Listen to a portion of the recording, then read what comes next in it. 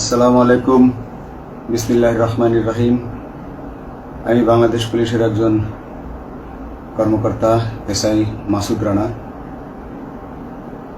আমি আপনাদের কাছে কিছু তথ্য তুলে ধরতে চাই, যেটা বাংলাদেশের মানুষ অনেক দিন ধরেই জানে না, বা তারা এই প্রশ্নের উত্তর খুঁজছে অনেক বছর ধরে, কিন্তু কোনো উত্তর খুঁজে পায়নি।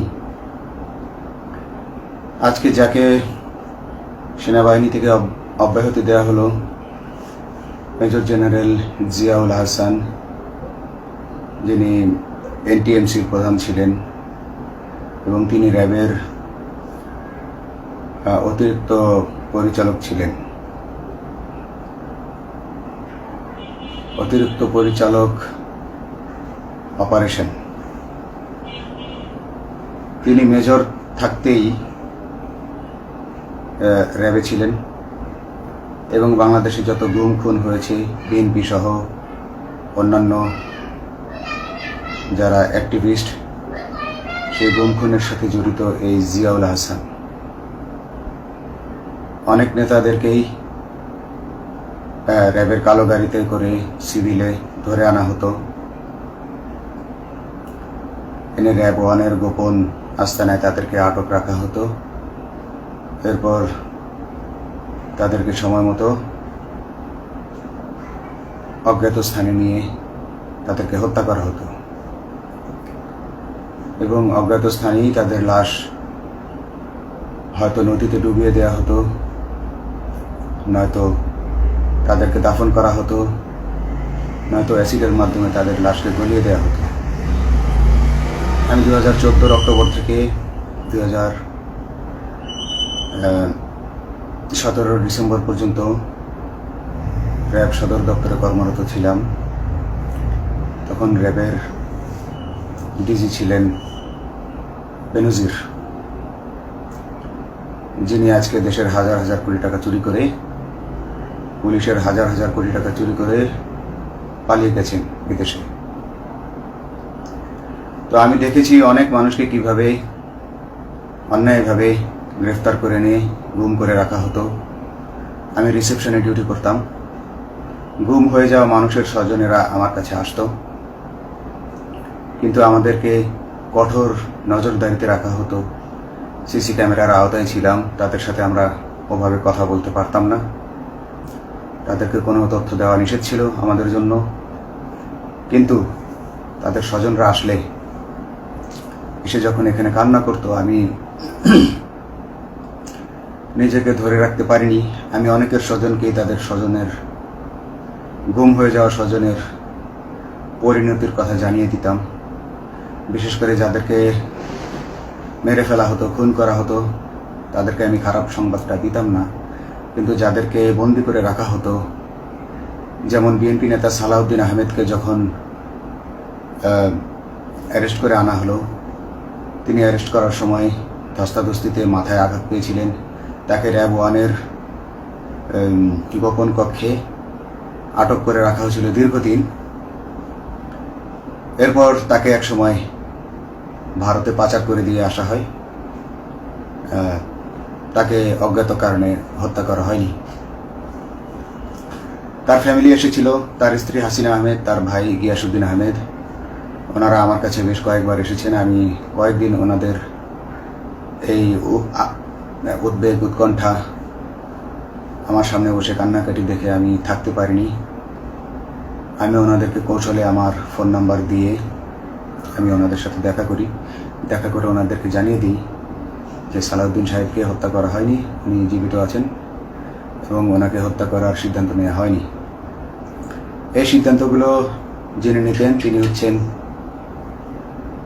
বর্তমানে মেজর জেনারেল জিয়াউল হাসান, যাকে আজকে অব্যাহতি দেওয়া হয়েছে। শুধু অব্যাহতি যদি দেয়া হয়, তাকে যদি বিচারের মুখোমুখি করা না হয়, তাহলে এই আন্দোলনের, এই স্বাধীনতার কোনো মূল্য থাকবে না।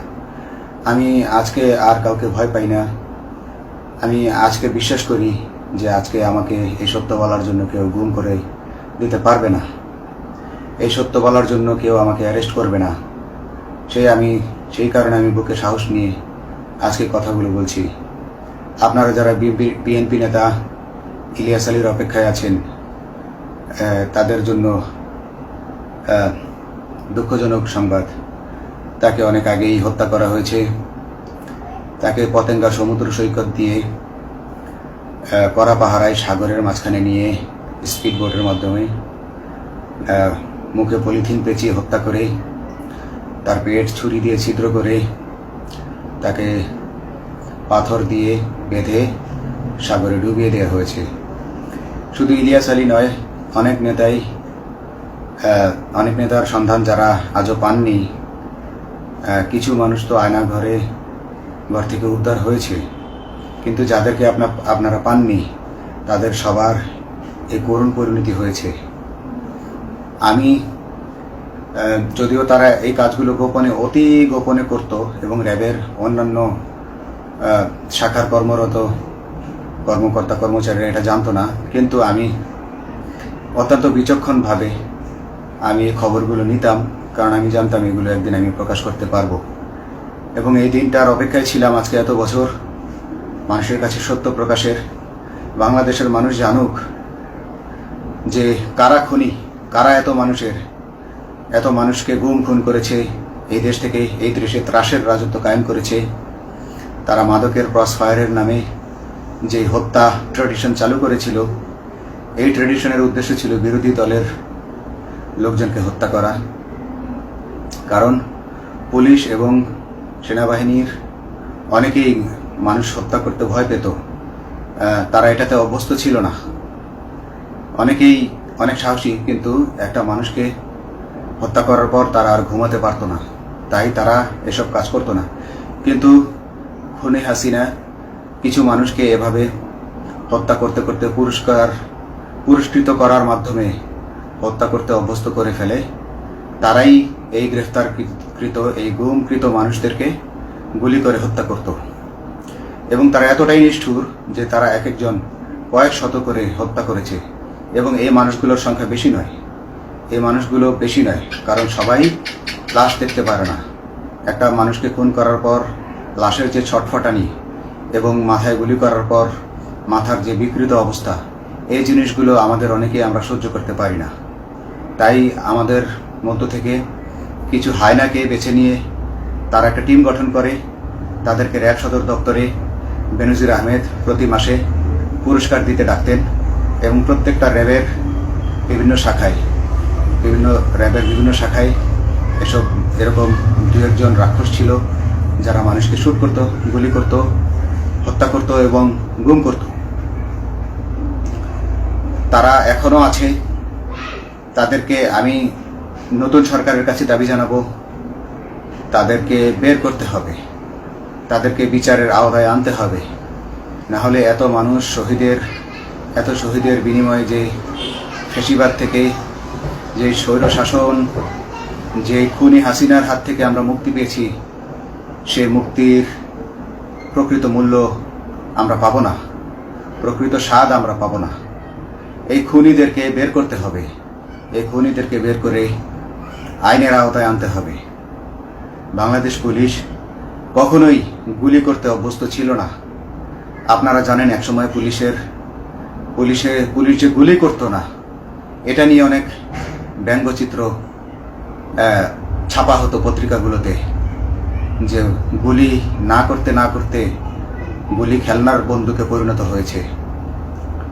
তো কিন্তু সেই নিরীহ পুলিশকে রক্তপিপাসু হিসেবে শেখ হাসিনা তৈরি করেছে। তবে সবাই নয়, কিছু কিছু মানুষ। আপনারা দেখেছেন এবং এই আন্দোলনের ভিডিও ফুটেজ দেখলেও দেখবেন যে কয়েক শত পুলিশের মধ্যে কেবলমাত্র কয়েকজনই জনতার দিকে গুলি ছুড়ছে। তো আপনারা ঢালাওভাবে পুলিশকে আপনাদের আক্রমণের নিশানা বানাবেন না। নতুন সরকার অবশ্যই এর বিচার করবে। আমি আশাবাদী নতুন সরকারের কাছে তারা যদি আমার কাছে কোনো তথ্য চায়, আমি তথ্য দেব ইনশাল্লাহ। এবং এই খুনিদেরকে, এই রাক্ষসদেরকে বের করতে হবে। প্রতিটি গুমের, প্রতিটি হত্যার সুষ্ঠু তদন্ত করলে এগুলো বের হয়ে আসবে বলে আমি আশা করি এবং আমি চাই